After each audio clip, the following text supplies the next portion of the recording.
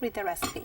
Okay, for vegetarian tamales, the first thing you want is 2 cups of masa harina, 2 cups of warm water, 1 teaspoon of aluminum-free baking powder, half a teaspoon of salt, 1 tablespoon of chicken-style seasoning, half a cup of soy margarine, and for the filling, 1.5 cups of textured vegetable protein, chunky style, 1 can mild red chili sauce, 16 ounces of it, and 16 corn husks. We can buy. First, we're gonna empty the earth balance. It's a little bit softened because I left it out. It's better that way. If you take it right out of the refrigerator, you might want to melt it a little bit. Yeah. So that way it'll blend in a little bit better. Yeah, exactly. If it's too cold, it's gonna be too hard. Well, I know this is let's beat this just for 1 second, just to spread it out. It's not too much, so it's not going to do much. But let's put the corn masa flour, I guess I should call it. Now, they sell sometimes a special kind of masa flour for tamales. If you can find that, that's even better. Really? Yeah. Okay, now I've seen maseca. That's what I'm using. Yeah. Okay. But they have a version of it that's special for tamales. It's almost the same thing. It's really very close. I'm putting the salt and the chicken-style seasoning and a little bit of the aluminum-free baking powder. Like I said, the maseca they're both almost the same. They just have a special version for tamales. It's just a little bit less fine. That's all. It's the same. So the texture's just a little bit different. It's just a little, but it's almost not noticeable. Let's just start it. So just enough to mix it, and we're going to be adding some water. I'm going to add about half of the water first and see how much we need after that. You want it to be, the end product, you want it to be the texture of thick peanut butter. Okay. Something like that.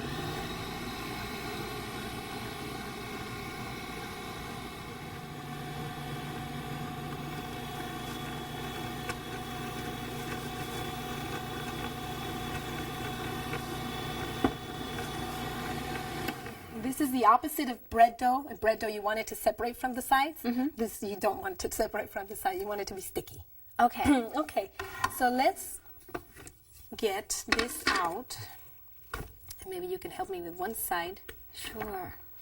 To get all of this stuff out. I'll give you a spatula. Okay. And I'll do the other side. That way we'll share the work. Oh, that's not too hard. There you go. Lots of noise. We're making music. Yeah. There you go. So let's put this over there by the sink. And I'll show you how to, first, before assembling the tamales, let's put the, I'm going to show you the hot sauce here. And you can make your own hot sauce. And I basically bought this to save some time, but you can make your own out of mild chilies. The mildest ones that I found are called the California chilies. And you can get that at the grocery store. And you just basically boil them with some onions and garlic, a little bit of salt, and blend them. And then you have to strain it. And then you have some chili sauce. All right. So otherwise, you can buy some mild chili sauce at the store. And if you really refuse to buy any chili sauce because you don't want the hotness, although this is not going to be too hot, but if you don't want to do that, you can always go back and make it out of tomato or half tomato or something like that. That's fine too. You can actually fill your tamales with just about anything you want. It's up to you. The imagination is limit, so you can play around with different ingredients. They're very versatile. Yeah, that's right. So what we're going to add is our vegetarian chicken substitute. How's that? And you can use anything you want. You can use the TVP. You can use tofu. You can use vegetables. You can add whatever you want. I just bought this for convenience. And it's a good transition, too, for people who are used to eating meat. This will help them to transition out of it because it has good taste. And what we will do is warm this up and maybe even leave it simmering for a few minutes, maybe 5 to 10 minutes, so the flavors melt better, blend better, I want to say. And, we're going to go ahead and assemble one. How's that? Well, we have these corn husks. A lot of people don't even know what they are. So I just want to show what a corn husk looks like. It's basically the outer leaf of the corn, right? These have been dried. And, of course, what we do is that we soak them in hot water first, and then we wash them. So we basically get all the debris out that they might have. Like corn husk or silks they or have anything? the silk and just debris that they usually have. Sometimes they're just not clean. So we want to wash them like this. And what you want to do is look for the ones that are a bit big, enough to wrap around tamale. All right. So basically, let me show you how you do this. You grab a little bit of the masa and you spread it. You can use the back of a spoon. You can use a spatula like this. And what I do is I fill up about half of the length of the corn husk and about 2/3 of the width. Once you have it spread out like that, then we can put about a tablespoon of the filling, however much you can fit in it, because it'll vary in size. And what you do is you grab the end that has some masa in it and just simply fold it over the filling. Fold the other side over, and the end you just fold up like this, and then you have a tamale. There's a tamale. Now you could try yours. Okay. So Let's I've got see. this and put a And little you- bit of filling in there. Yeah, however much you can fit. So yours is going to be a skinny yeah, one. a little bitty one. That's okay. Okay, so you Just fold it over, and Just then like that? there you go. You kind of like an envelope. And it's okay if you spill a little bit. And see that? We got 2 tamales already.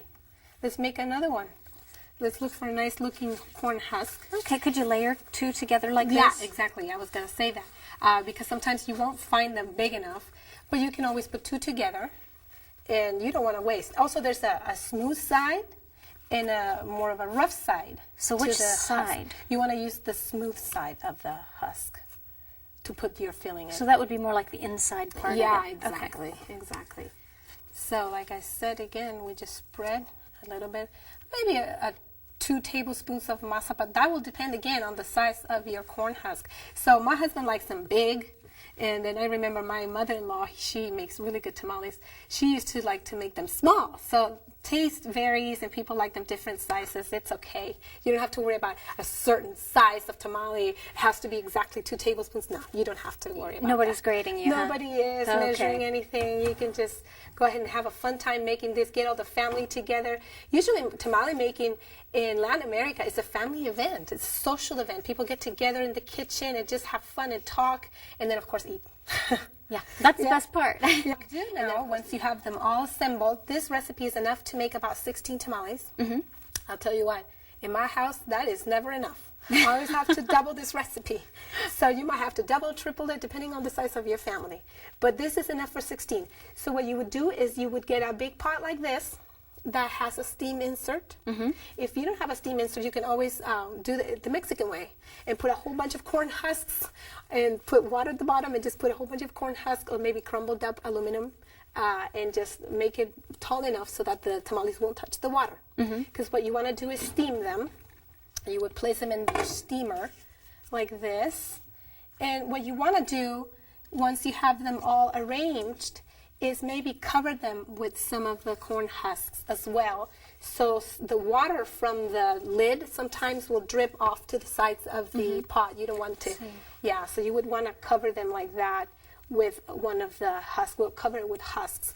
And then turn on your steam, your water, and start boiling it basically and steaming the tamales. You want to steam them for about an hour and 15 minutes to about an hour and a half.